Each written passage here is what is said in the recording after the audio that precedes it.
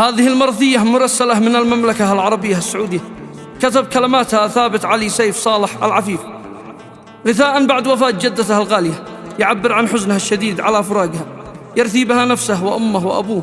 وأخوانه وخواته وكافة أعمامه وعماته وكل الأقارب، كما يرثي بيت العفيف خاصة وعمران عامة. والقصيدة تحكي وتعبر بما فيها. أداء الشاعر أيمن هيثم. حصريا على قناة هيثم جبر للإنتاج والتوزيع الفني.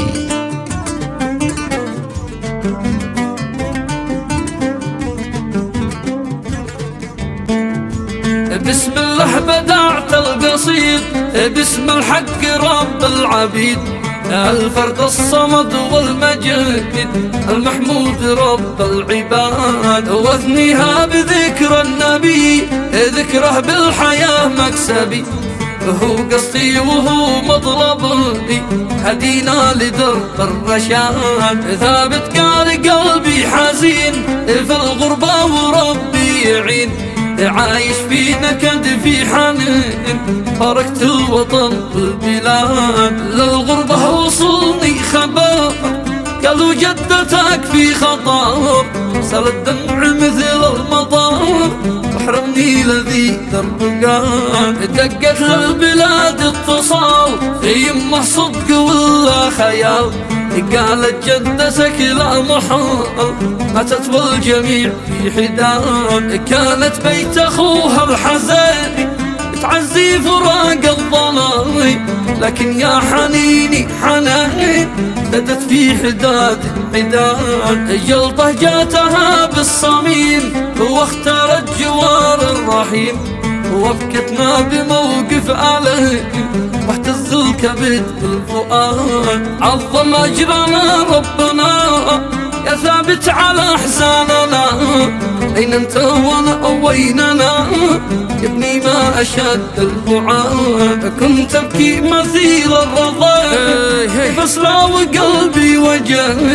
تحزنوا عليها الجمال وبكت كل قاسي جمال، مثل حزنة القارتين على قناة هيثم جبر للإنتاج والتوزيع الفني. من كل عين شني دمعة تشفى الفقاد، عم الحزن كل الديار بني حجاج لا كل دار، واحزن بيت منصور جار كالشام خات الشداد، كانت جدتي لي نفس قلبي بالضلوع احتبس، ضاق الروح ضاق النفس ماتت غايتي والمراد، ماتت غايتي والمراد، كانت جدتي لي نفس قلبي بالضلوع احتبس، ضاق الروح ضاق النفس ماتت غايتي والمراد، لا كانت تجي عندنا تسمر كأنه عيدنا، نفرح حولها كلنا بهجاتها بالبداد، دمعي شن فوق الخدود خلف الوطن والحدود، روحي يا شوامخ صعود ديرتي والبلاد، يا به من حزن جدتي صبرك يا ضياء مهجتي، وامي والخوات واخوتي بسعيف السنين الشداد، امي كل حبي لها